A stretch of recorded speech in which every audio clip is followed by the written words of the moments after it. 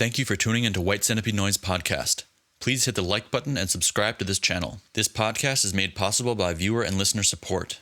If you enjoy this podcast, please consider supporting it at patreon.com/White Centipede Noise. White Centipede Noise is a label and mail order based in Germany, releasing top quality noise on tape, CD, and vinyl. White Centipede Noise is also the premier EU-based distributor of international noise. Visit whitecentipedenoise.com to see available label releases and weekly distro updates.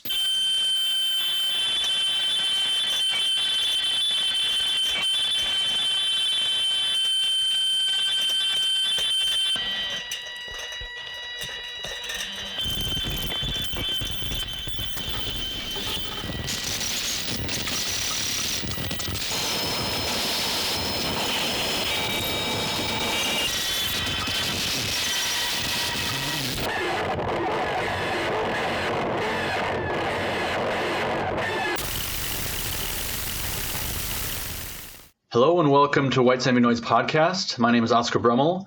Today my guest is a guy who has been extremely active in the harsh noise underground from a very young age in numerous phases and incarnations. He is now very active as one of the most important and prolific harsh noise artists of the last several years. 5 years, I would say. He's made quite a wave. Without further ado, Will Vangorder of WORTH. Good to be here. Hi, Will. Good morning. So you did an interview actually not too long ago in Special Interest Zine. So I would recommend everyone read that. I will actually probably be repeating some of those questions a bit, or at least touching on some of the things you already talked about there or were asked there, just because I think it would be cool to be able to elaborate on some things and, give people who maybe didn't read that the chance to get that information too. And yeah, I think that hopefully this platform will allow us to go into a little bit more detail with some things. So first of all, going back to your history, you've been doing harsh noise, doing noise for a very long time since you were quite young. Your first noise project that I'm aware of was Other People's Children, which I think was at least in 2005 active, if not earlier. I'm not sure. How old were you at the time when you started this project, and what led you to forming this noise project at that time?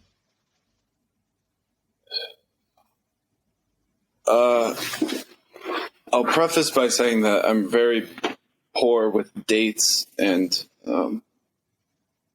remembering ages, but I must have been I think the earliest possible activity was 15. I couldn't tell you what year that was. Sure. That's how disconnected I am from the past, but yeah, I think 15 was the earliest, and I think I actually started by myself, even though I was very egged on by my friend. He really got me into noise, but when I first plugged in, I was by myself. I think, yeah, and I think I mentioned in the special interests that this was right after listening to extreme music from Africa on Susan Lawley. Mm-hmm. And then I also talk about another experience, which was a drug experience of using feedback loops. Mm-hmm. But I don't remember where, the timeline of when that exactly happened. Sure. But yeah, I definitely remember doing it on my own and just making a very crude feedback loop. And it just was atrocious and terrible. But who was this friend and how did they get you into harsh noise? Because 15 is quite young to even have the chance to discover this kind of music. Right. And I really owe it all to him because, I had the mindset for it, but I didn't I wasn't connected like he was. I don't know. He spent a lot of time on the internet and like on the Tronics board. Like, how do you find the Tronics board when you're 15? Like, I don't know. It's weird. But his name is Andrew Koshin. Mm-hmm. And he does a project called Presage now. Yep. And of course, you're familiar. Yep. I didn't know that was him, though. I didn't know that was the guy. Yeah, this is the guy. There were other members as well. And they were kind of, it started with Andrew, and he influenced me. And then, we together got some of our other friends into it a little bit later. But yeah, you could definitely say that he and I were the core. Mm-hmm. Yeah. You released stuff with that project on quite a few, like, really cult and important labels of the time, like Harsh Head Rituals, Tronics, Triple R even, Jerk Collective. How did you get in touch with those labels at that time and share your material with them or get a chance to be released by them? Well, Jerk would have certainly been the first, right? We did a split with the Cherry Point, and I know this was the first tape.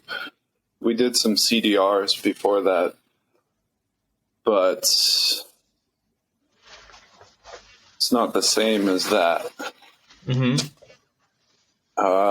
And how we got in contact, I'm not exactly sure, but it must have been through a venue in Denver called Monkey Mania that was ran by Josh Taylor of Friends Forever. Mm-hmm. And I definitely remember meeting mostly people from California. So it must have had something to do with this.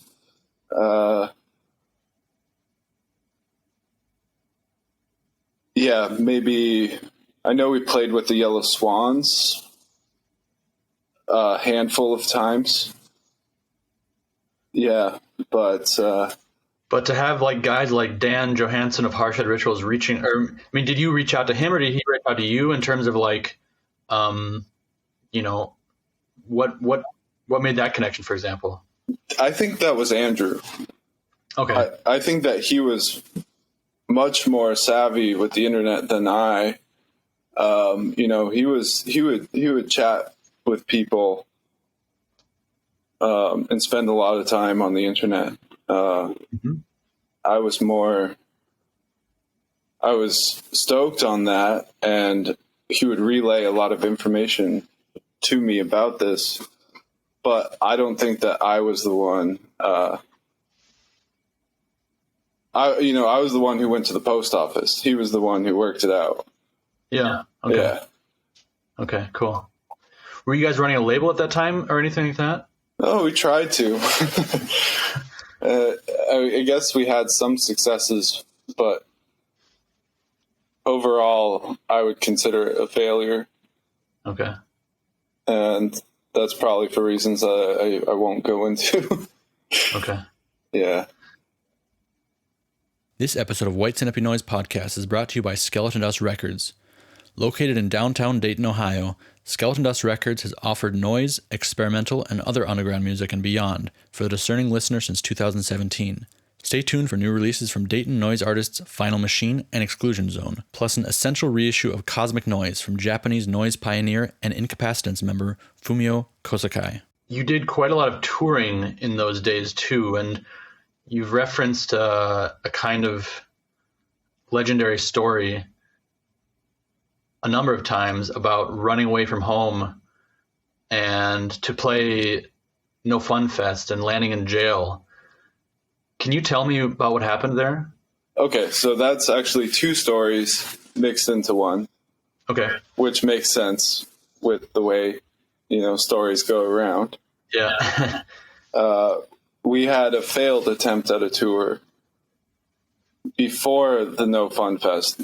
No Fun Fest was the successful backlash at our parents where previously we had tried to go on tour and gotten arrested in Utah.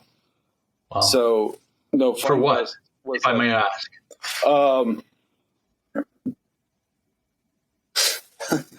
Well, we we ran out of gas, and then we got arrested. I don't know if our friend's stuff was legit on his truck.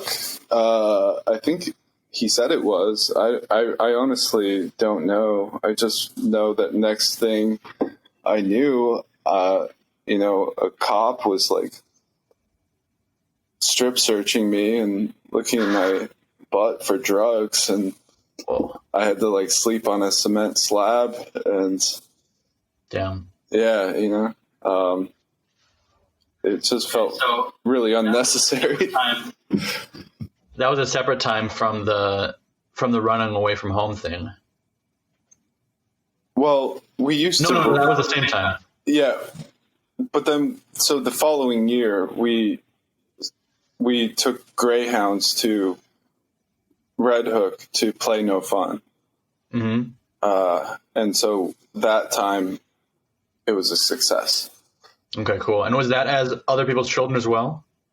Well, you won't see us on the roster or the lineup because we had to use like an alias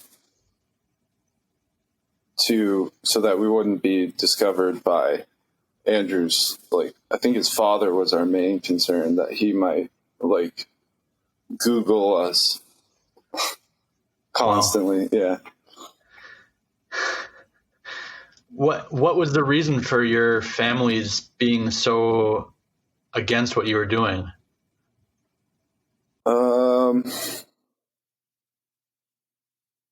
Well, I mean, that's almost like a whole other question.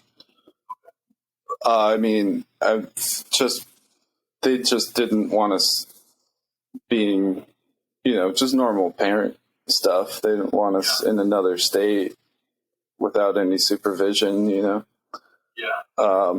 It was just a little too soon. If it was a couple years later, I hit the road, I was out of there and I was all over the place.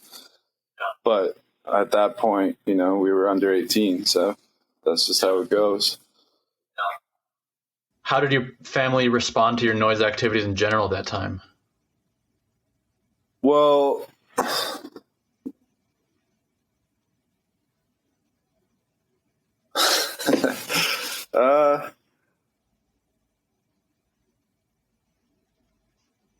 mostly negatively, obviously. Well, not obviously. I mean, I'm sure some people have parents who, can get into this or something. But yeah, it was mostly negatively, but obviously it wasn't to the point that it didn't really like prevent us. That's why I say it was like two different questions. Sure. It's one thing to let your kids roam around the country, and another thing to let them like bang on a trash can in your basement. Yeah. Okay. So at some point, other people's children kind of transformed or transitioned to weak sisters. Was that a hard split, or was that like just you going solo? We were young. It's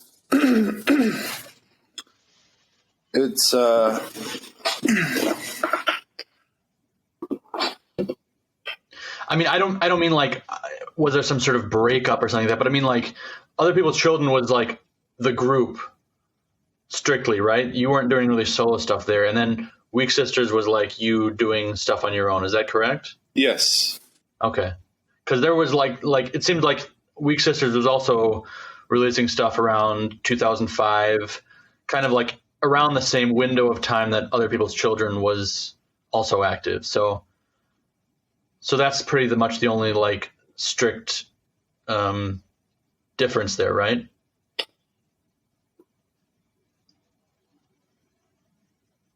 Yeah. It was something that I could do by myself without feeling like I had to include anyone else. Mm-hmm. Because a lot of the times with OPC, you know, even if I worked on something on my own, you know, I had to kind of sometimes egg the other guys on to be like, yo, you need to be a part of this, you know? Sure. But yeah, we sort of drifted apart, okay, you know, with all sorts of things, but sure. Yeah. And Andrew Koshin, he's been somewhat active in the past several years with Presage. You know, he put out the tape Feral Heart, which caught my attention quite suddenly, and I don't know how I found out about it, maybe through you, or maybe he contacted me, I think, but and then he did a release on White Centipede Noise, but he hasn't been super active in that, you know, probably 15-year period between Other People's Children and Presage, to my knowledge. Do you know a bit about that trajectory? Well, I don't think he ever really stopped liking noise. He just wasn't in a situation, but he could continue doing it. But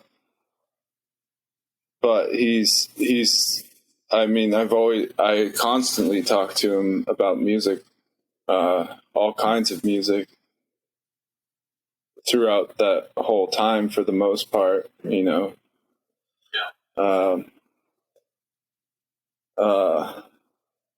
He's a rough guy, you know.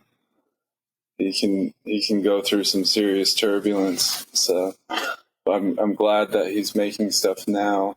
And yeah. And you guys have been collaborating again recently. Is that true? Yeah, a little bit.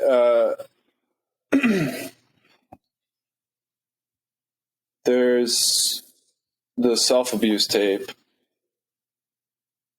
that I asked him for a little help on. So, but it's one track on the A side that he contributes to. I basically told him, I want this to sound like STEM, STEGM. I say STEM. I think that's right. Yeah. That's it. Okay. But right now we're trying to collaborate on something for the Worth Wince split. Mm-hmm. But I might end up just finishing it up on my own. Mm-hmm. Okay. Not sure right now. Coming soon on White Centipede Noise, KM Töpfer, Retrace No Steps CD.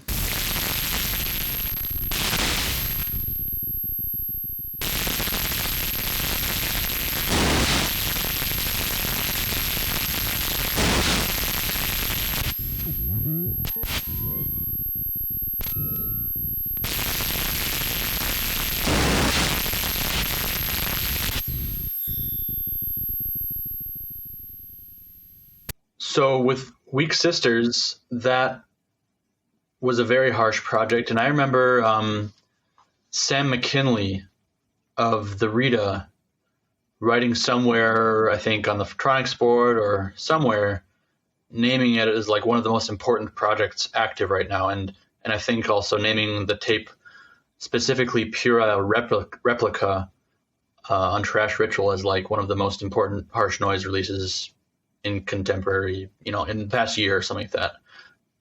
Did you notice this praise at that time, and how did you feel about it? Did you think it had an impact on the reception of the project or your approach to it? Well, that's kind of news to me about Puerile Replica. I think that's a good tape, but I didn't know that he mentioned this one specifically. I might be wrong about that. I might be misquoting that, but oh, that's okay. yeah. I know that there was some hype around that tape. I don't know if it was Sam, but I thought when he wrote this, he was responding to seeing me live. And I think this was in Seattle at Wooden Octopus Skull. And I think I delivered a good set there. And so, to answer your question,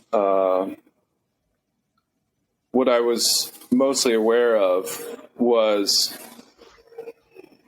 the live scene and just like the very serious challenge of playing live at this time and touring extensively and just feeling a connection to like where you're playing, actually meeting these people that, you know, before are just sort of a part of your subconscious from like listening to their albums and just thinking like, who is this fucking person, you know, and then actually meeting them and then trying to just like bring something live. And so I think that was when I played with Sam in Seattle, that was a time that was a really good show. And that was a time that I was really able to execute something that was like very harsh and very primal and just like junk noise, you know, like my shit isn't even working, but I'm just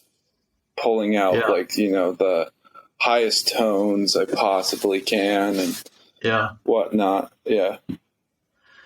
Do you think having him or maybe not him specifically, but like other people like you mentioned that you really like respect or you're influenced by and you're in contact with, do you think having them in the audience for that show like gave you more of a like an edge or more of like a battery to perform? Did you feel it at the time? Certainly somewhat. I think it's more of an inner war than anything, but of course that it's influenced by who is around you at the time because because you know it could be anything. It could be not necessarily thinking about them watching you, but just like hearing the things that they say, or just, you know, like processing who they are as people. You know, it just sort of affects your psyche in a way, especially, you know, back then. Maybe not as much anymore, but back then it was very something. Yeah. Your Weak Sisters sets were known for being really intense and also incorporating elements of physical performance, and demonstration. I mean, you kind of referenced it in the special interest interview about physical violence. Maybe you replicated it like with you using your body as a conductor somehow for feedback. I saw videos of you like without your shirt on holding some cables, and I don't know what's going on actually still, but I remember hearing a lot of people talk about it being like an amazing performance. Can you tell us a bit about your performances at that time? Sure. So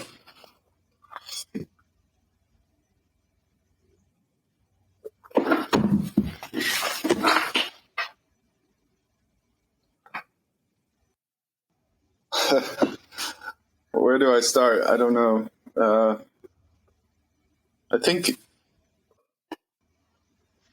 I still don't exactly know how this affects the feedback loop, but I think it's essentially like when you touch a 1/4-inch cable and it, you know, you hear a buzz, except instead of touching the 1/4-inch cable directly, you were touching yourself or someone else who was holding a 1/4-inch cable, and you yourself are holding a 1/4-inch cable tightly in your to your skin of your hand or any part of your body.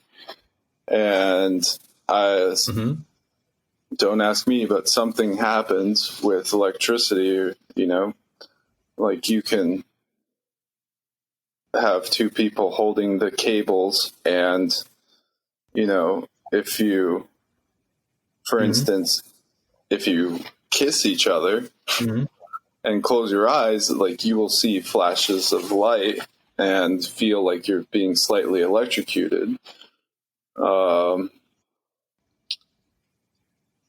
So I wanted to do something with this. And so at that time, usually I would make it, sometimes it was violent, sometimes it was more sexual or perverse or something. I would have other performers join me. It was bizarre.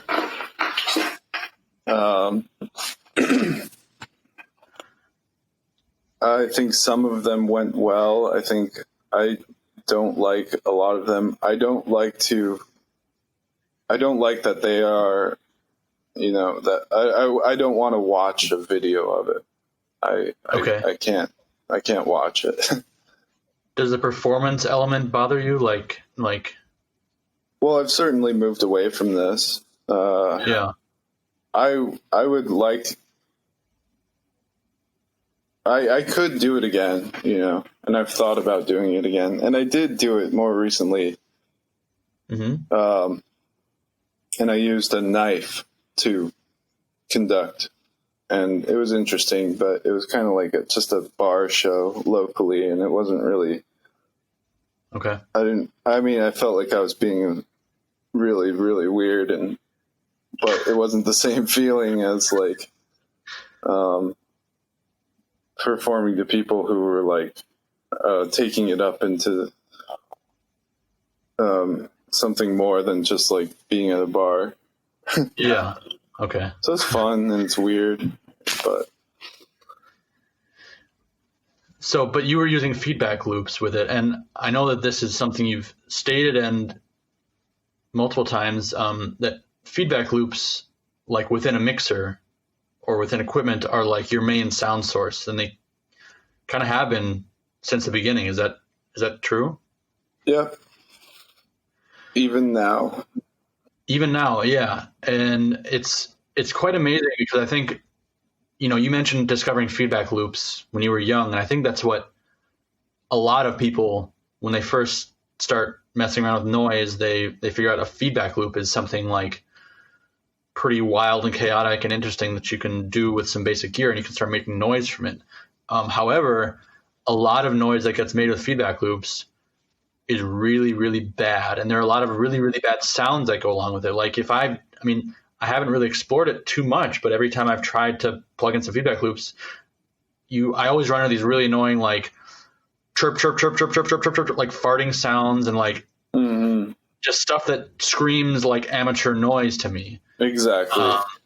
But your sound doesn't have that. I do recognize some sort of feedback loops and sort of like synthetic, really chaotic, surging electronics, but it doesn't have that trademark sound that I think is often quite, I don't know, it's not good. How do you avoid that sound, and how long has it taken you to really dial that in? Well, I still have issues with it, but I have somehow developed techniques to avoid those familiar sounds.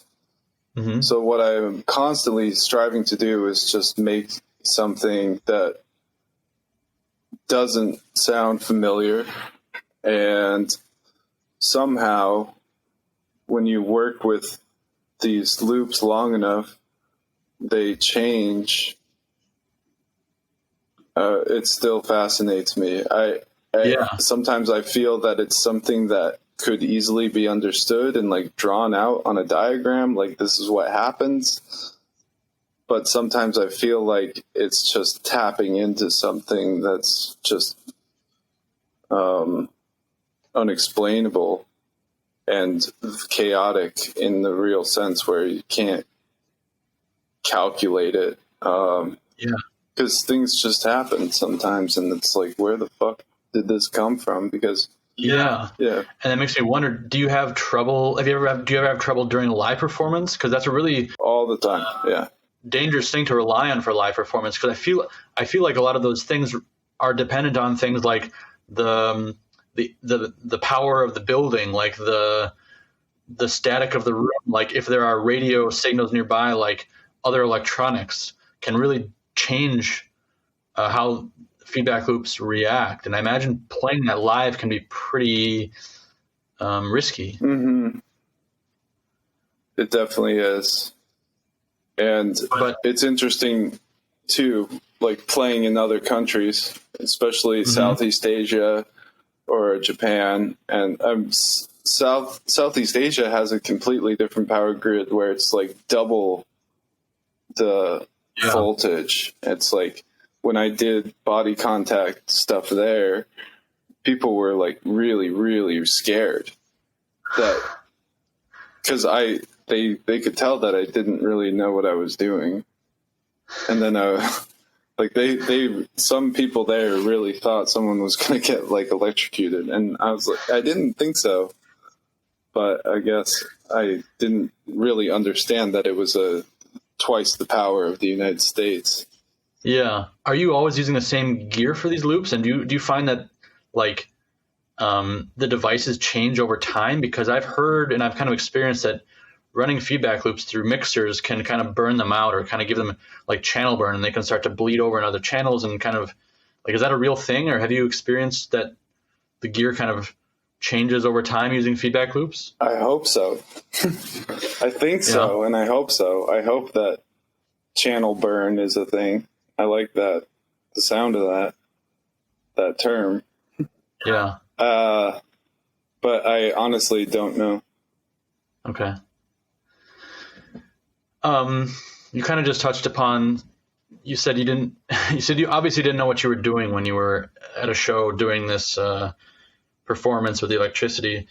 That also kind of it's also something I kind of wanted to ask about is with your work and your aesthetic and specifically your recordings.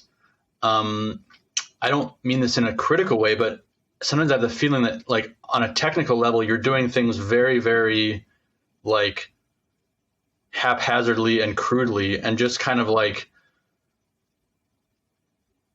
getting something across through your method. But like, then when I ask you about like, like a technical aspect of it, of the recording, or like when it comes to mastering or something like that, like, you're like, I don't know. Or like, you also told me that you're using quite like older software for a lot of things you do, even with your like graphic design.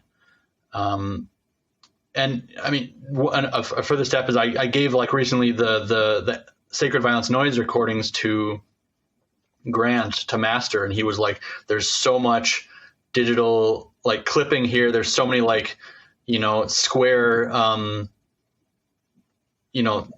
square, stepping in the thing. Like, there's so much damage here, like that in a traditional like recording sense you really avoid." But I feel like this is also kind of a really big part of your aesthetic, like these artifacts that come with using the technology in this way. Is that something you're making conscious choices about, or is that just kind of circumstantial?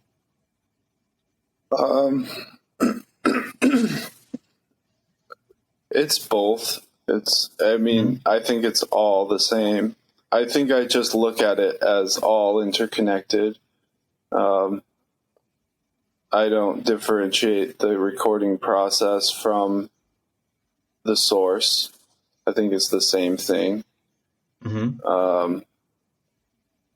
I think that you can do anything you want to make anything you want.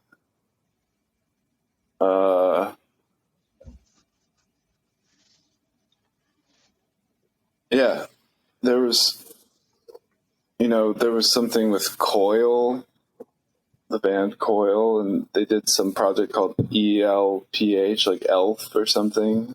I you know, and it was all about like the gear takes command and the gear becomes the artist. Mm-hmm.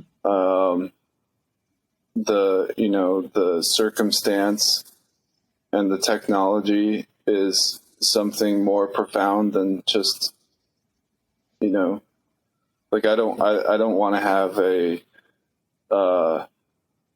I don't want like an Apple laptop.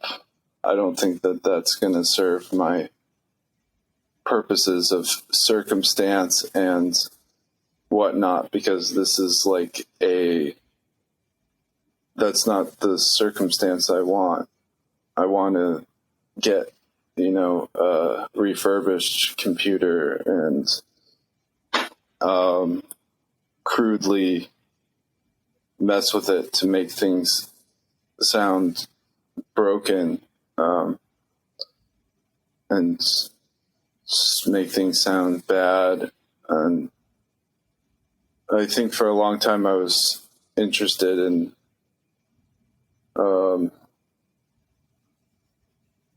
I don't know how to explain it, but sort of like the harshness of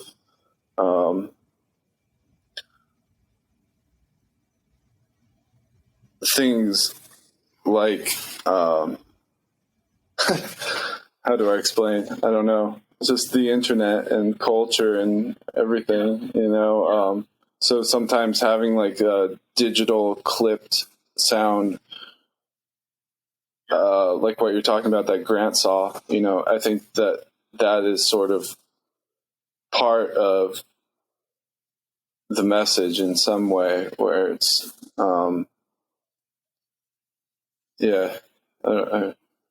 maybe I touched on something. I don't know. No, that's great. I think that part of the message, I think that's a great point. I think that's how I kind of read it as well. And I think it's also, I think it's interesting how the overdriven or faulty or broken aesthetics of like analog technology is really celebrated and replicated, like even to this day, you know.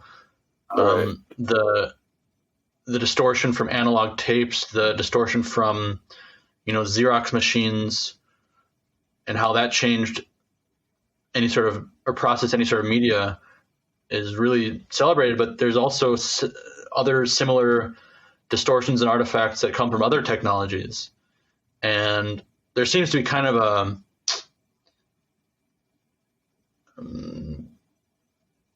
like haphazard or random rejection of that in some circles, like. But I think it's quite interesting that using digital clipping and digital artifacts as a tool for harsh noise, because it is a harsh noise. I mean, on the one hand, it is about creating a crafted sound that you actually want. I don't think it's about just making something like ugly that's unpleasant, but it is about making something that is noise and is ugly through that. So I think using these digital means and exploring the waste and errors of other means like software is quite interesting. And I think that you blend that with like traditional harsh noise aesthetics. Right. I don't want to approach too far into like art gallery, because I'm sure there's like plenty of people doing this sort of thing, commenting on, you know, like the digital world. Right. You know, but I'm also not a purist, and I'm not going to use all analog stuff, because that's not what I have in front of me. But I want to make a unique sound that sounds like what I'm thinking about, but I also want to sound like Macronympha. Yeah. So just keeping things balanced. Coming soon on White Centipede Noise, Upperpot, Hot Lava Shampoo CD.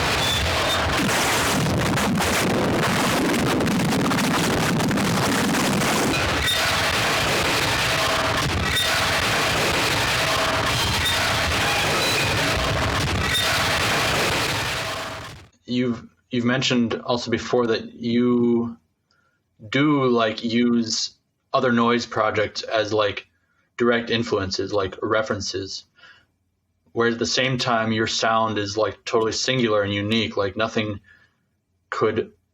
you couldn't mistake what you're doing for like trying to rip off Macroninfa or sound like Macroninfa, but you have, even given word to the fact that you're influenced by this record or that record, or trying to sound like that or kind of achieve that. What are some other, what's your thought process when recording in terms of like influence from other noise music?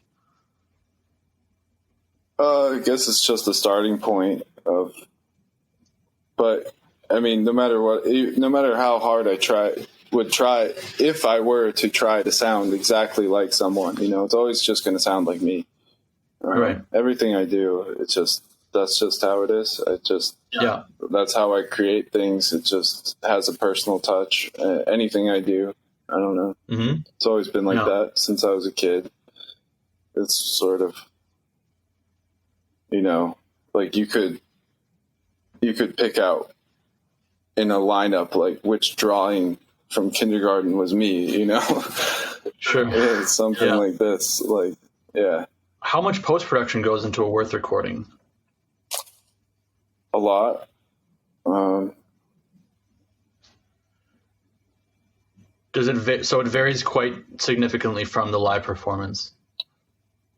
Well, parts of the live performance are extracted, in their entirety. But it's just placed among other things. Mm-hmm. I do a lot of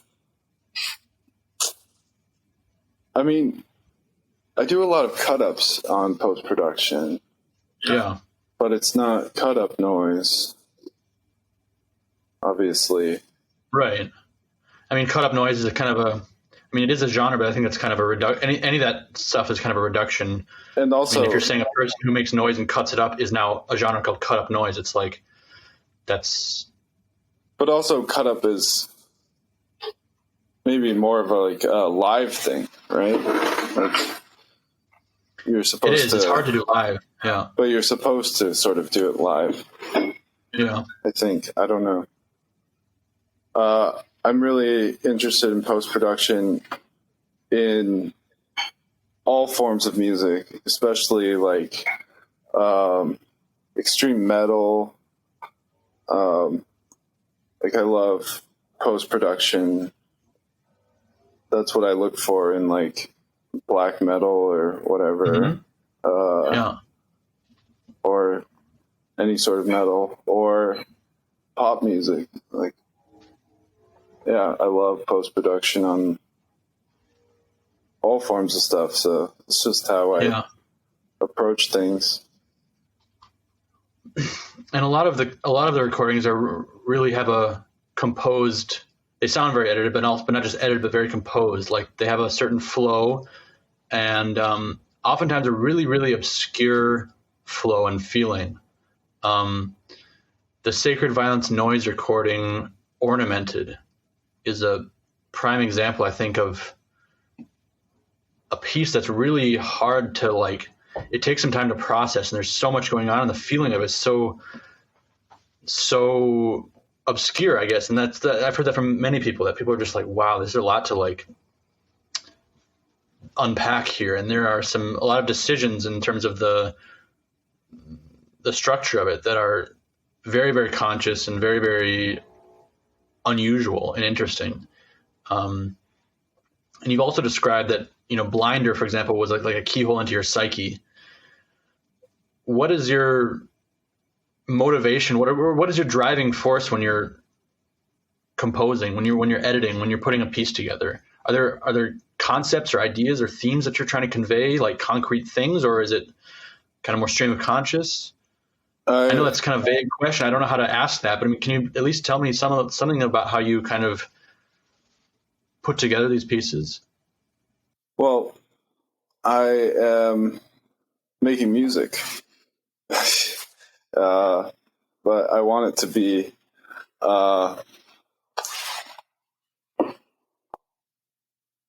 I want it to be confusing music, and I want it to speak to flow of consciousness, but in a way that is confounding.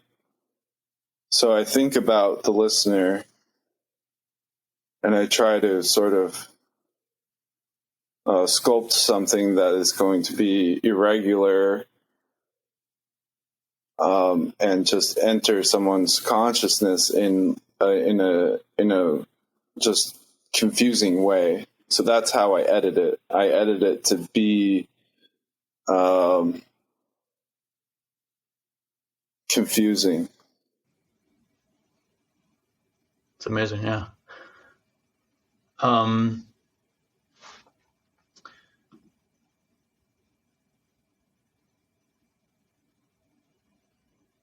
Did I lose you? No.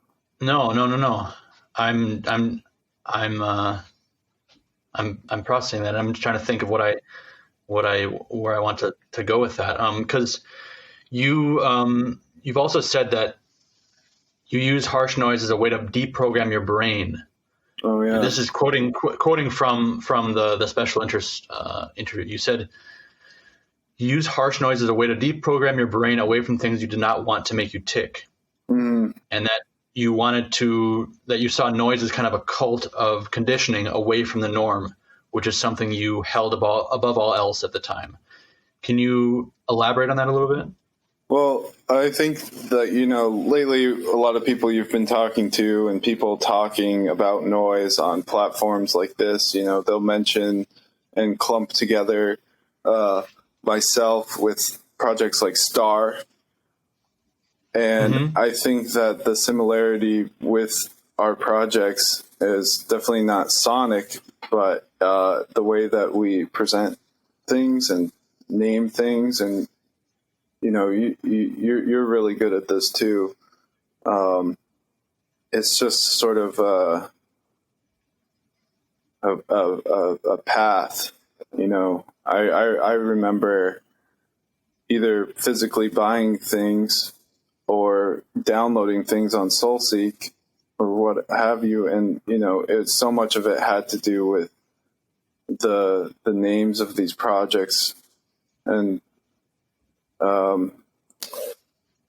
just there is so many ideas behind noise, and when you search into noise, it really exposes you to a lot of a very diverse range of like what the world has to offer and what people in this world have decided to find interesting and communicate out to other people. I mean, to me, that's what noise is all about, is like finding something that fascinates you and just finding a way to sort of put a flag out and see if anyone else is going to want to examine this thing with you. Yeah. And yeah.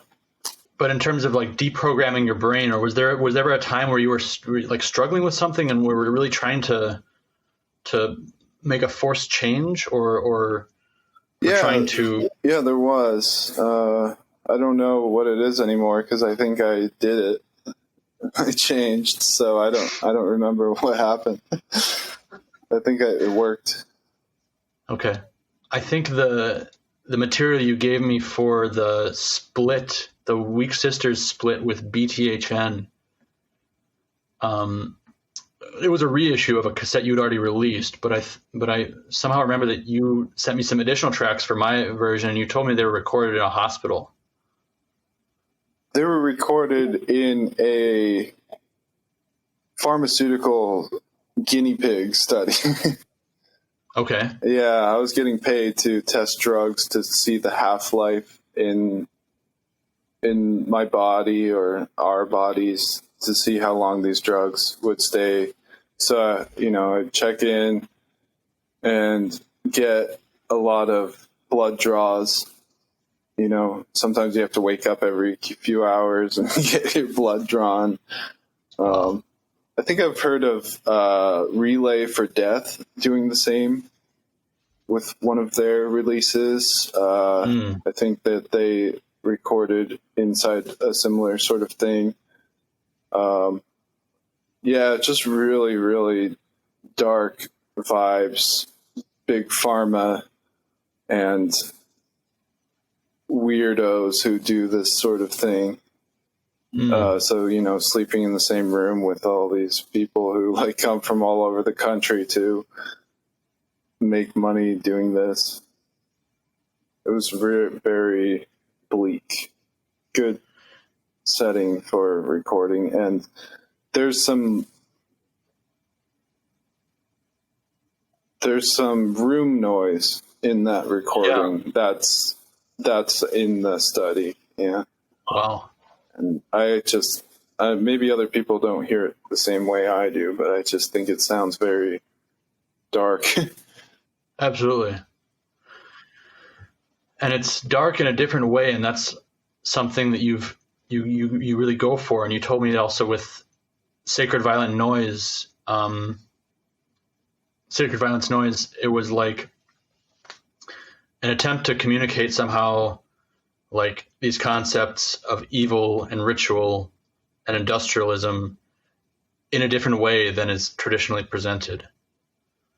I feel like that's something you regularly do with your both sound and visual works.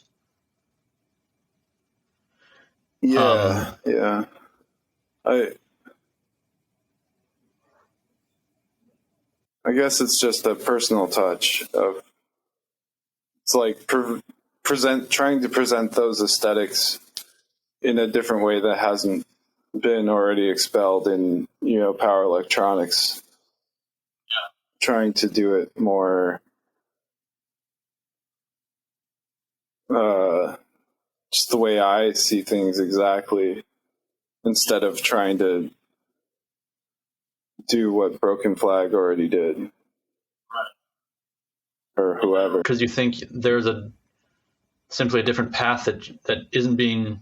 Yeah, I think there's a different side of things that aren't being shown. Yeah, I think there's a lot more to show. Instead of... It's a different perspective for sure. Like, from power electronics or something, there's always like this certain viewpoint. There's certain seat that you're sitting in looking at it. Instead of, there's so many different positions you could be in this power structure. And just trying to take a different seat instead of like this. Yeah, it's just a different row of seats. Are these topics of darkness and violence and evil like the main things that you're interested in exploring with Worth, or does it go into other directions as well? Yeah, especially now it's starting to go in other directions, but I think it's all interrelated. It's all just the world. It's just the world. Yeah, so there's always power structures, no matter what sort of interest you're getting into or trying to look at more closely, even if it's something more about beauty than, darkness or whatever, what's the difference? Or it's all the same. It's all connected. It's just the world. This episode of White Centipede Noise Podcast is brought to you by Sun Hing Lung. Located on Henry Street between Madison and Catherine, Sun Hing Lung is the premier purveyor of steamed rice noodle below the Manhattan Bridge. Sun Hing Lung offers a wide variety of steamed rice noodle rolls, including but not limited to pork, beef, chicken, dried shrimp, corn, plain, Chinese sausage and mixed vegetable, fishball, egg, watercress, and more. For 50 cents or less, the extra hungry customer can add additional egg or pork to their rice roll. Sun Hing Lung also offers bulk availability of steamed rice noodle for the customer who likes to prepare food at home, in addition to bulk availability of 2 styles of dumplings and 3 styles of tofu. Further, Sun Hing Lung offers fresh homemade cold or hot soy milk as well as herbal teas. And don't get us started on the desserts. Open from 7:30 a.m. to around 4:30 in the afternoon, 7 days a week. Come on by and enjoy fresh and satisfying steamed rice noodle and more at Sung Hing Lung, located at 58 Henry Street, between Madison and Catherine. A full stomach awaits. Tell me about your trip to Thailand. Why did you go there, and what was your goal of going there, and what did you do while you were there in relation to Worth? I just always wanted to go there since I was young. And then once I started getting into culinary arts, I just had to go. Mm-hmm. Had to get away, had to take a vacation. That's the cheap vacation. But when I went there the first time, I met someone who wanted to do an artist residency for me. Mm. So I did that. And I went back like the next year, and I spent about a month there. In the residency? Yeah, pretty much. I spent like a week in Bangkok before heading up north. And were you working on Worth-related stuff or something different? It was all Worth. But the person who hosted the residency is an artist himself. Mm-hmm. So I was somewhat working with his performance art stuff to an extent. It's basically just following him around and living with him and his wife in rural Thailand. Cool. They're really cool people. If you talk about the liner, it's not liner notes. How would you say on the back of Sacred Violence Noise?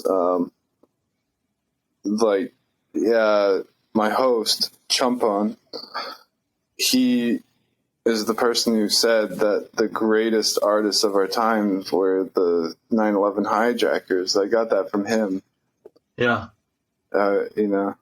It's just hanging out with him and talking about everything. Yeah. That was kind of around the time when Worth was starting to resurface and really be active, wasn't it? Or was that before or after the Blinder LP? That was right before. Before you released it or before you recorded it? I was pretty much done editing it. It was all recorded. I might have touched up a few things when I got back, but it wasn't released yet. No. Mm-hmm. I released it about 9 months after I got back. Okay. And I feel like that was something that broke open the floodgates. You had been pretty inactive for quite a few years since Weak Sisters kind of slowed down. You'd done a couple of things as Worth, like it seems like once every few years. But with that LP, it just like broke open the floodgates for, I think, exposure of the project and also your activity. Was that a calculated move to do it that way? I guess you could say that. I don't. Because that LP really made a big impact, and I think you probably knew it was going to, because it was really, really special and really different, and also came at a time when there wasn't a whole lot like that. I mean, there is nothing like that going on, but there wasn't a whole lot of activity in general, and that was kind of like, it seemed like you obviously you put a lot of work into the recording and the presentation, but you put a lot into that LP because you knew that would be your like a calling card, because that went out and that woke a lot of people up, I think, to what you were doing. And then since then it's been really pretty regular and consistent and elevating work. I don't know how intentional that was, but I think that's how I see it. And I think that kind of ushered in a new era in some way for even American noise. I mean, not single-handedly necessarily, but that was like a big part of it.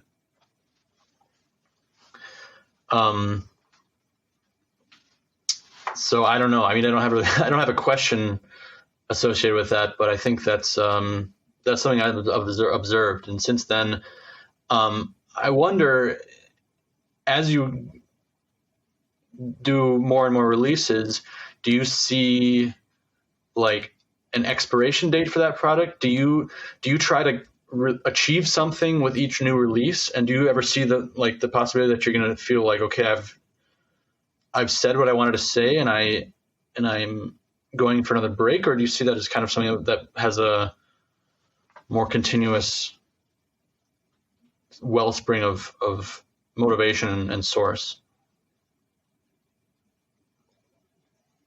Well, it set a bar for myself. So there was definitely a point where I realized that as apart from Weak Sisters and even the first Worth stuff that came before Blinder, I had to just use only the best stuff. So from Blinder on, I just realized it just has to be really, really good. Yeah, I don't know what it was about my youth that made me sort of compromise and be like, all right, well, yeah, I'll just use this. Is that what you feel like you did?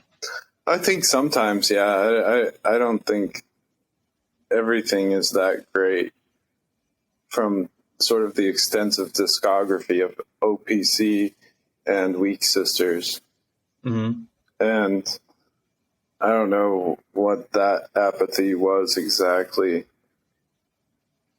But there's also good stuff. But sometimes it's like just fulfillment. Okay. Some, you talk about this sometimes with, or try to approach the question of quantity versus quality. And I could add right now that, some of this lies on the labels too, because the labels need to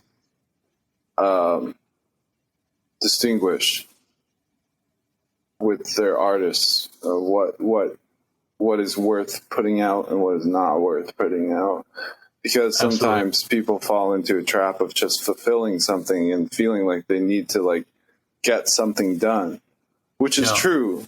They need to get something done and they need to work through this, but the label is actually the person who needs to say, wait a minute, no. Yeah. I agree. I really agree. And I think, I've done that numerous times, where I, as a label, had to, just based on my personal taste or judgment of the quality, whatever, ask for something new from someone that I've already, agreed to work with, that I want to work with. And then, they'll submit something and sometimes it won't be to my, I don't want to say standards, because it's not even about objective quality, but just to my liking. And it sometimes sucks to have to do, because, you can offend people, and, people put a lot of work into what they release typically. And, but I think it's really important. I think that's the point of a label, is to curate. And I think I kind of shudder at the fact that some labels will just literally release what you give them. Once you've agreed to release something by an artist, then it's set in stone, and you can't. Set in stone, and you release whatever they deliver. And I think that's not the right way to do it. No, I don't think that's beneficial for anyone. I think that's bad for everyone. It goes back and forth too, because sometimes it is as a label operator, sometimes you realize that this isn't what you want, but it's what you asked for, and this is this person, and it is, you might, Yes. you know, so there's that aspect of it, but I'm just saying the artist needs to realize that you're adding another person to the equation, and Yeah.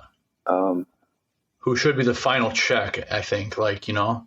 yeah. And on the other hand, I would also hate to be, you know, I've never done this, that I say, oh, like, make it more like this or make it more like that. Like, I don't want to be making artistic decisions at all, or like, right.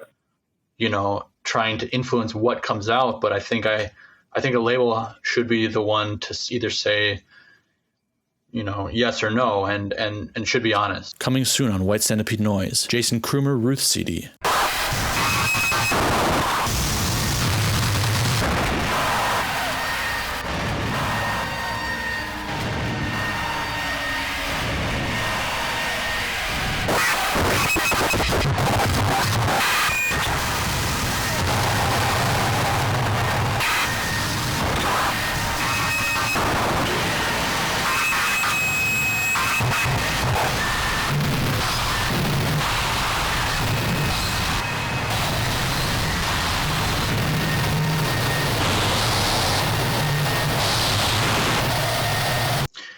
But going back to your work, when you do new releases, do you have a specific goal in mind for them, or like does it just kind of evolve organically into something that it becomes, like sonically or artistically, as a statement? I think there's forethought for sure. Yeah, there's definitely like, there's always, but it's always kind of the same. There's always an unachievable goal. Like, I can't really unlock the sound that's in my mind and the Right. idea that's in my head, but I just try as much as I can and take the falls where I do, you know, compromise with, oh, well, I can't find the image I exactly want, or I can't make the sounds I exactly want, but I just get as close as I can, and when it's close enough to what I had in mind, then that's it. That's done. Does that leave you kind of thirsty for trying more? Yeah. Like this kind of unattainable element of it? Yeah, I guess it has. I mean, it kind of feels like I've been doing that for at least 10 years. Yeah. Do you consider Worth to be a power electronics project? For some reason, I feel like I've heard that association, or Weak Sisters. I, Weak Sisters. A lot of people said Weak Sisters was right. Power electronics. That was, I don't know about that. That was like a new mentality. Yeah. It's like something different. I guess you could maybe see it as a evolution off of things like Yellow Tears and this new sort of idea about power electronics. I don't know. It changed. But I would have to say no, firmly no. Like, okay. I don't. There was something that happened with power electronics where it kind of just fell off the tracks and sort of became like open to interpretation in ways that were sort of cringy. What do you mean by that? I mean, it's the culture of like where I use this word cringe, which everyone knows what it is online. Sure, but it's deeper than which that. Elements are you which elements are you referring to, or which direction are you referring to? It's like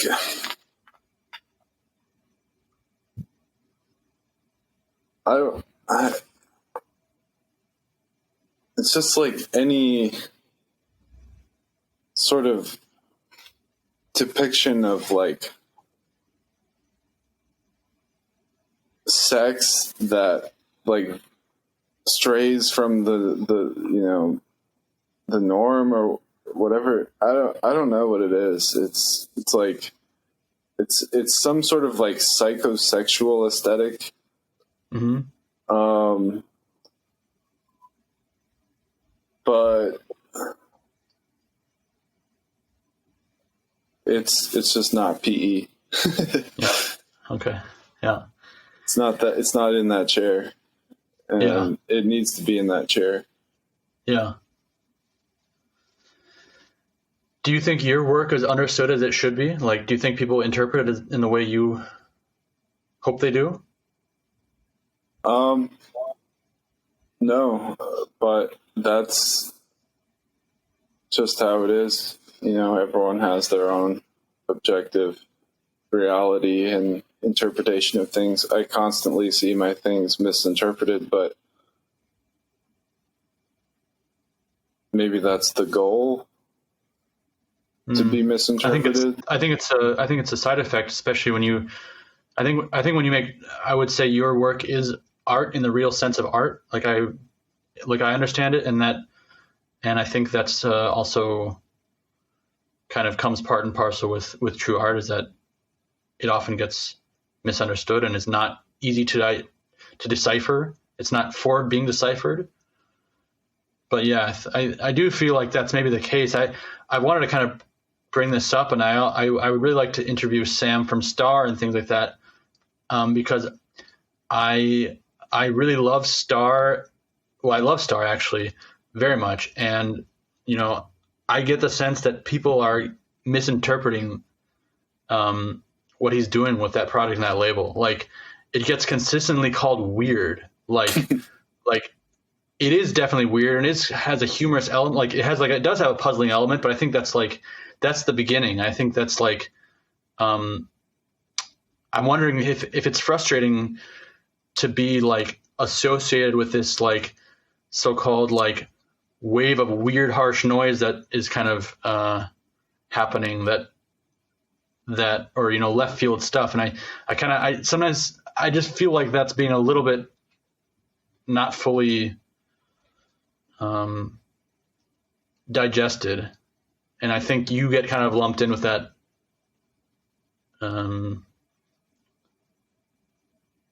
that style too. Yeah, I mean, it's all weird. How It's not just weird. I mean, it's not just weird. Right, exactly. I mean, every noise tape that comes out is weird. It's really, really weird. Yeah. Like, it's probably weirder than myself and Star, like any given tape, Sure. It's weird as hell. Yeah. Coming soon on White Centipede Noise, Altar of Flies, Otterblick Triple LP.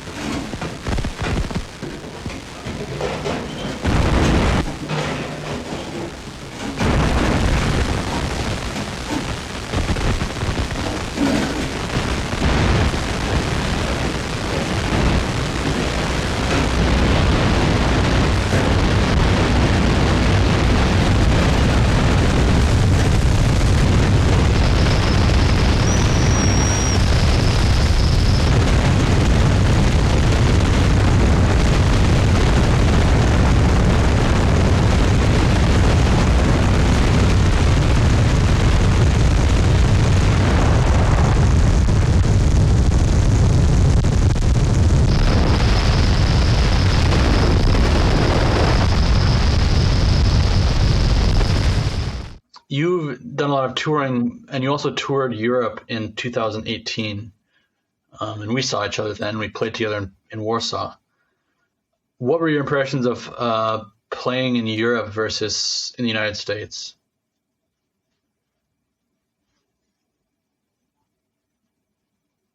I don't know if it was just new experiences or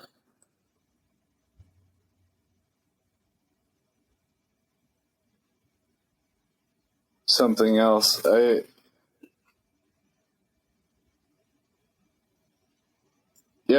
It was just European, I guess. It's just my first time experiencing that. How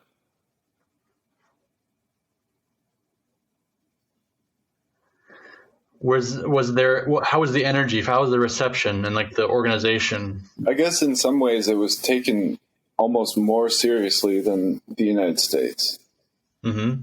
Like, it's almost like people were like, you know, keeping me in check and trying to keep me in check and being like, wait, you know. Whereas in the United States, sometimes it's a little bit more loose. And what do you mean keep you in check? Just, you know, sometimes I felt that people were kind of like, hey, you're here for a reason. You need to be doing this right now. Okay. Or something. And whereas in the States, not to say that that's a bad thing, but in the States, You're just with your friends. Yeah. And it's a little bit more, a little more casual. Yeah. And I think also trying to remember the sound systems too, because I often will bring up the sound systems if I talk about different countries. Like, for instance, in Japan, that was that was like a casual show with a sound system that was one of the loudest I ever played on. Yeah. So it's good to see like Berlin, Warsaw, maybe Berlin more than Warsaw. But I mean, that was really loud and really, really good sound systems. Mm-hmm. And you don't get that as much here. It's almost like there's not as much money over here for this kind of thing. And over there, It seems like there's more of a basis, which maybe is where the more professionalism and less casual thing comes from. Mm-hmm. It's like, this thing is happening right now. There's work put into this, and you know, you need to be on your game, and interesting. But and I'm not putting that down, and I'm not saying that you're not on your game in the United States. It's just a different hallway to get there. You know, it's just a different passageway to get into the zone. Yeah. Yeah. For sure.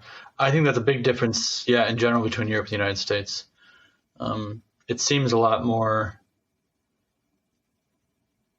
it's an end to the means. It seems like a lot more loose in the United States, but I think that somehow makes things work better in a lot of ways. Like, just in general, not referring to noise shows or anything like that, but just like a more flexible, relaxed attitude kind of makes the end result a little bit easier somehow to get to. Well, yeah. I mean, it's a good setup to say like, we are not friends or something like that. It's like, this is not why we're here. We're not here to be friends. Yeah. Like, I came here to see this. Yeah. Yeah. That's good. Yeah, it is. It is good. It's important sometimes.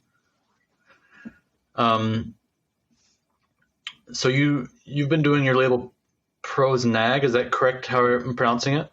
Yeah, I might start saying Naj or Naj. But I always say Nag. But I think you can say it anyway. Okay. Except maybe Naggy. Don't say Naggy. Yeah, no, I wouldn't say that. Yeah.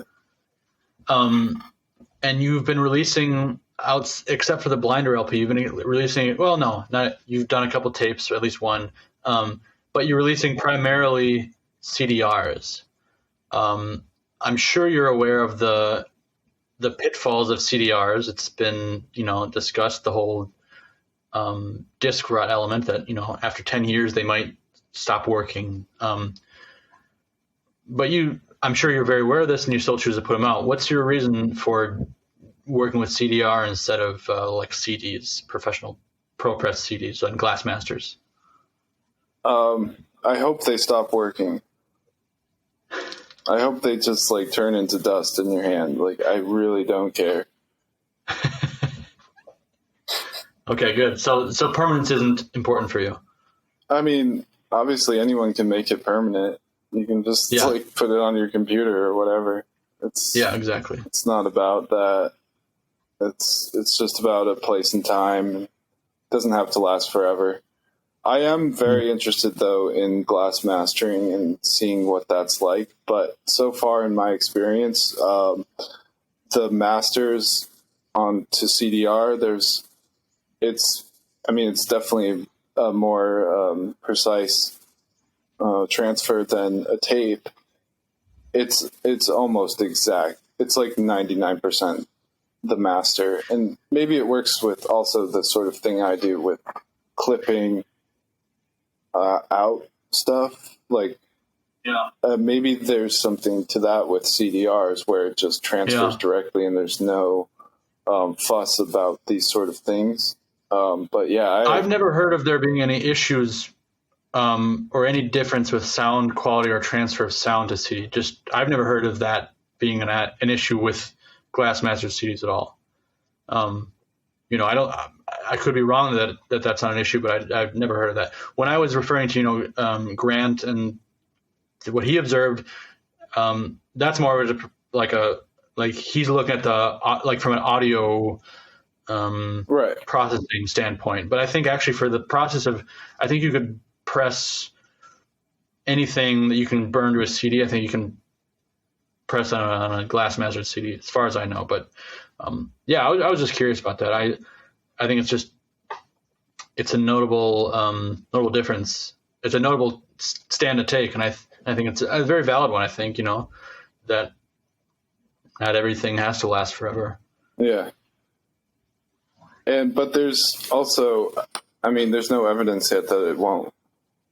Right. It probably will degrade, but sure. When, I don't know. Yeah. I would like to do. I will do other things, but I like doing the CDRs for sure. Yeah. Yeah. I'll probably do more vinyl, and I might do ProPress CDs eventually. Maybe, but I really don't see anything wrong with the CDRs. I like them. You can let other people do ProPress CDs for you of your work. Do other people do? You can let other labels do the ProPress CDR. Right. Yeah, there's going to be some, yes. And with your label, you do all the artwork, and as far as I can notice, it's kind of been since the resurgence of Worth with the Blinder LP that you've been really, really active with visual art and collages. Is that accurate? Have you been doing that a lot before then?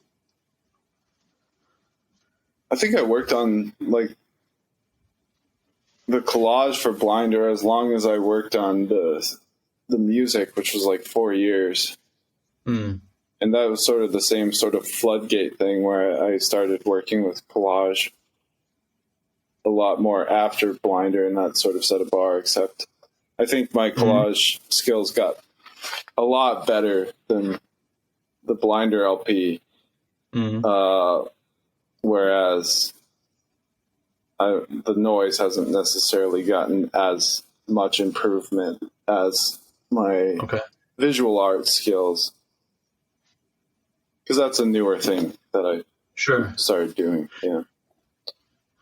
You seem to have a pretty unique process to making the collages, and they look very different than your typical noise collage. What's your general process for creating those? Are you photographing them, or are you? It's all cut out. It's really hard to photograph them and document them because my scanner isn't big enough. and you can't use a roll through scanner at a business because it's all different levels. It's gonna break. But my process is, it takes a really long time. Like, I collect source materials. Where do you usually find your source materials? I have a ton of books. I usually thrift books and just finger through them at the stores and see, like, what I mean. At this point, I know what kind of images to look for. It's a very similar process to the Noise of Worth, where I sort of collect a lot of things that I know I want to use, and then I piece them together. But it's still relies mostly on the source, but I mean, you have to find the way to glue it together, but it's all about the strength of the original piece that you're using. Yeah, I see them as very interconnected. It's like the same process exactly. It's just sound and visuals. But for the pros and ag stuff, it's not I don't do as much collage for those. You know, I those are pretty crude. Sure. On the computer, very, very influenced by solipsism, the self-abuse side label. Yes. I just love that aesthetic.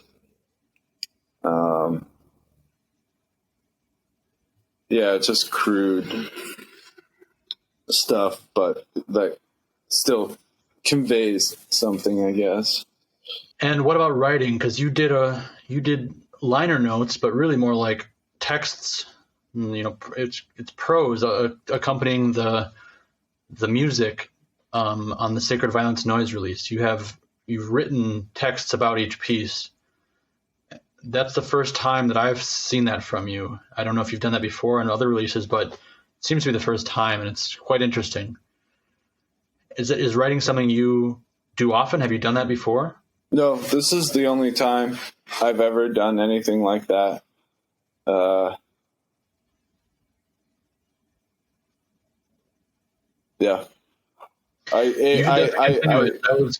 I mostly wanted to do it just for the way it looks, just to have. So it's like you see that, like, oh, there's actually liner notes, and I mean, I put a lot into it, but it was I mostly just wanted to have a record that had writing with it. You know what I mean? Like, just for the way it's very interesting though. You should continue it, because it you know, I think it I'd do it again. It offers another level of either insight or confusion to what you're doing. It has to be something that explains what you're doing, but it just adds another layer of input and of expression to this art. And I think not many people do that, and I think that was pretty interesting for a lot of people. I mean, it was very interesting for me, but I think that's been something that's resonated with a lot of people who follow your stuff. I know Eric Nystrand was very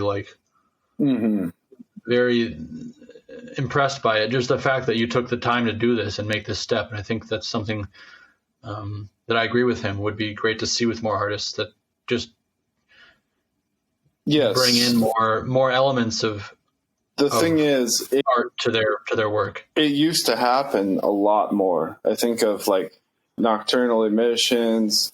I don't know why Non comes to mind. I don't know if Non ever actually did that, but it reminds me of that sort of time when like Non was doing stuff, or early industrial. It seemed like sometimes there would actually be writings accompanying with that, and I just hadn't seen that in so long, and I just felt like there needs to be something like that for the people who are exploring into noise now. Like they need like a signpost, something to examine in that way. Yeah. It's kind of it was basically a decision I made to do mostly for nostalgia. Yeah. And the way it looks and feels when you have that. And yes. Coming soon on White Centipede Noise, The New Boyfriends, the 4th season CD.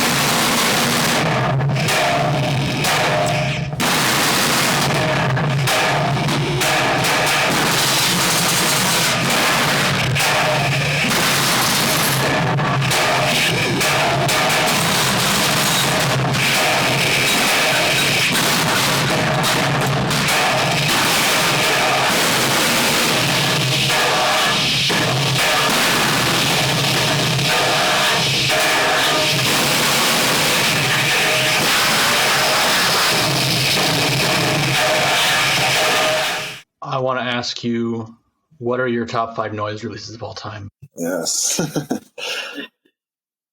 Okay, I pulled some stuff out prior to the interview.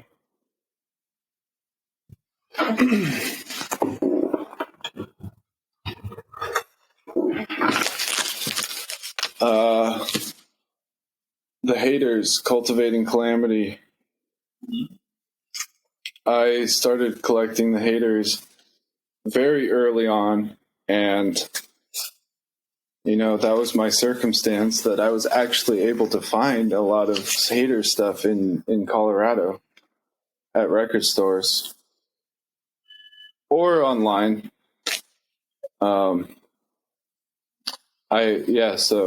But this is probably the best one, and it also has a lot of text accompanying it that is very confusing text. I just noticed that right now. But yeah, this sounds so good. Easily one of my favorite albums of all time. Second would be Runzelstern and Gurglestock. Runzelstock and Gurglestern. Cool. Yeah, Andy Ortman, Nihilist. This album is so fucked up. Yeah. Does it have a lot of those gagging sounds on it?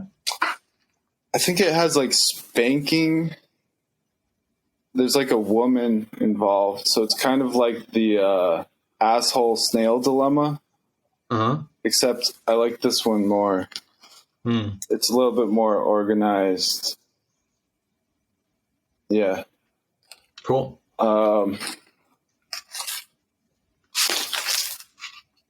I think I have more than 5 here. It's all good.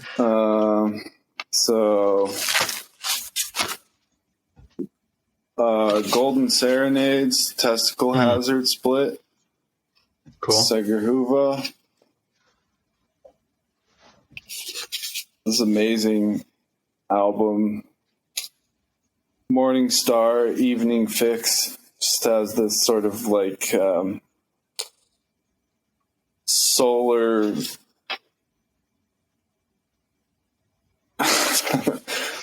pagan thing going on. Yep.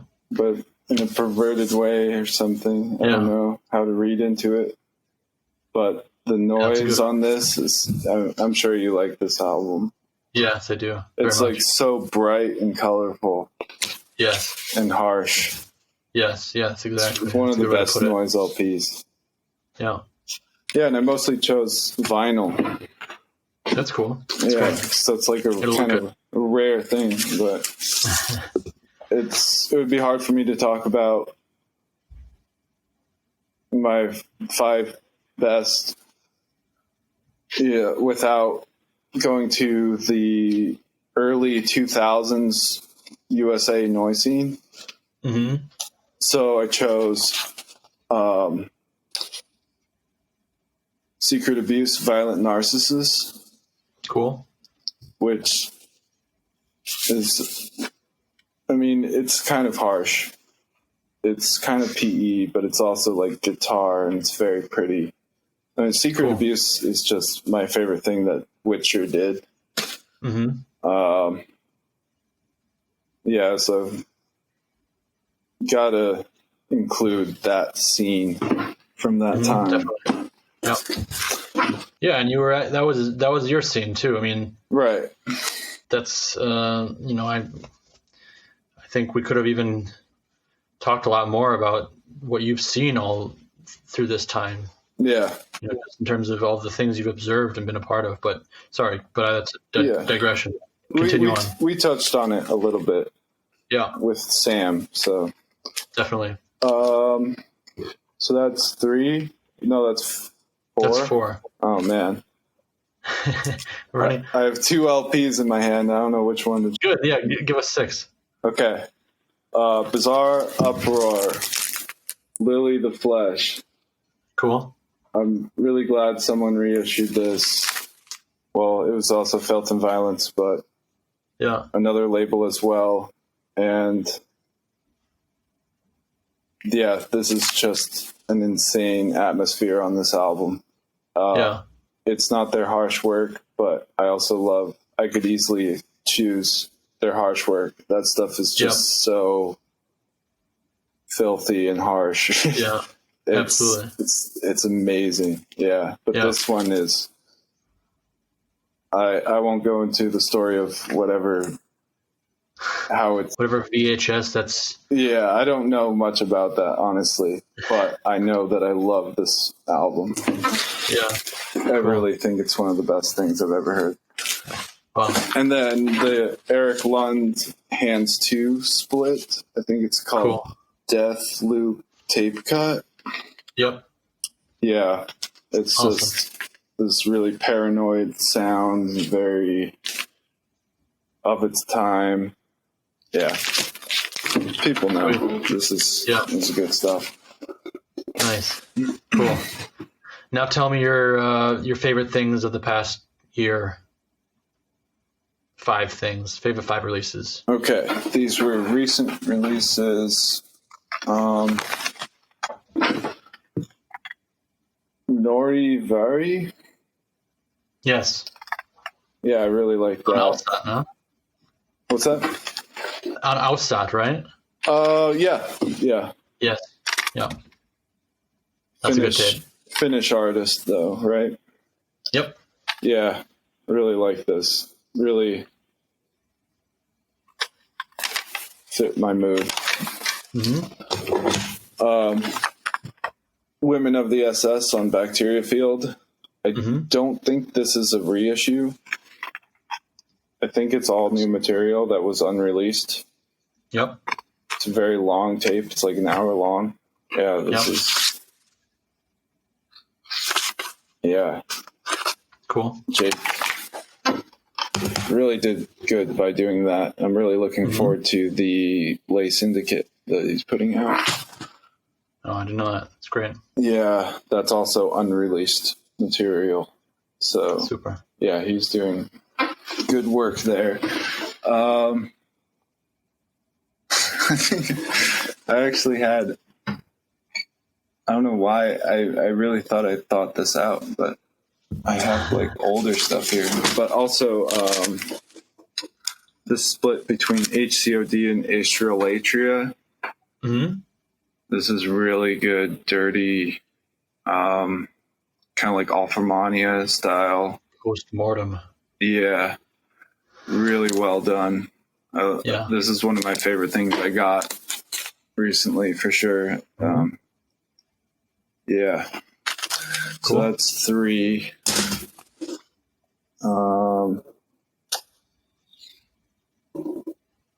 Shit.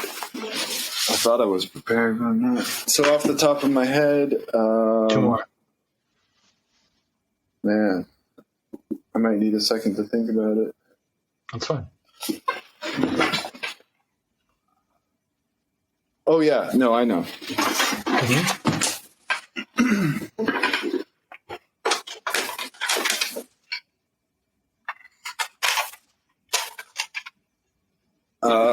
Slacking.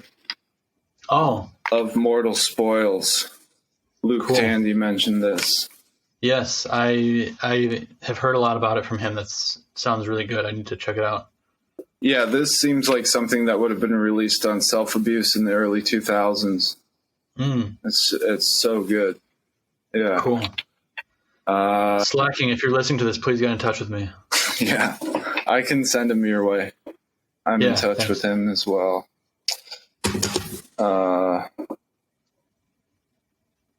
As well as Luke Tandy. Yeah. One more.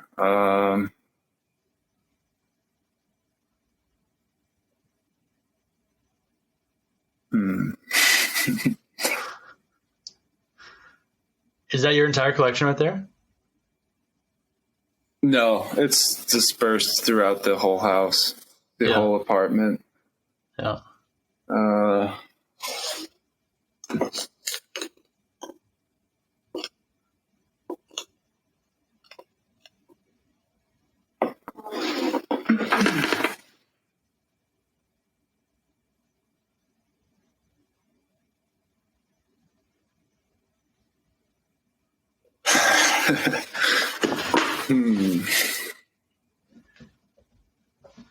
Can be something you released.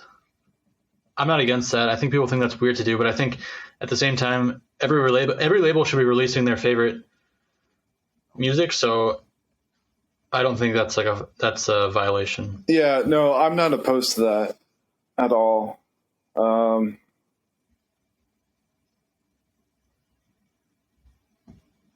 But which one? It's interesting because... Oh, wait. Okay. No, this is too old. I was going to say Kieran Aurora, the one on Torten Lute. Yeah. Is that that's too amazing. old? No, I don't think so. I'll count that. I don't... I think that was 2020. And to me, that's... I think it was 2019. Yeah, okay. Yeah, maybe. But that, I mean... Yeah. That's amazing. The last... The one you put out also is so good. Right. Yeah. He's great. Okay. I'll count that. I do think it's interesting though. There's been so much noise coming out in the past, since the pandemic hit especially, and I will say objectively a lot of really, really, really good stuff. But people still have a hard time picking like 5 out, I think. Yeah. And I don't know if that speaks to our brains, how we process this stuff, because it's like, you could even go through like Tronics alone, what they released in the past 2 years or whatever, and it's like there's so much good stuff in there. But it's good that you're actually like thinking about like the top things. But I think it's a challenge for a lot of people, I think, to really come up with those top fives. Yeah. Pissoir Rouge, Asphyxia Apatheos. Over the last years, Pissoir Rouge has established himself as Germany's best-known dirty little secret. The hard-working maniac from the eastern slums has created his very own violent and hyper-aggressive blend of power electronics violence and harsh noise chaos. Brought to you by Dunkelheit Produktionen, quality label based in Germany, your source for occult music and more, fast shipping and handling of your order, big catalog full of ambient, harsh noise, power electronics, and extreme metal, CD, vinyl, tape, and merchandise. We accept all regular payment methods. Online shop in 7 languages. www.dunkelheit-shop.com. Okay, man. Well, we're about ready to wrap it up, I think. But is there anything you'd like to add to the people? Say to the people before we get out of here? No. Okay. All right. Well, thanks. Have a good rest of your day and talk to you later. Yeah, great to talk to you. Thank you for tuning into White Centipede Noise Podcast. Please hit the like button and subscribe to this channel. This podcast is made possible by viewer and listener support. If you enjoy this podcast, please consider supporting it at patreon.com/whitecentipedeNoise.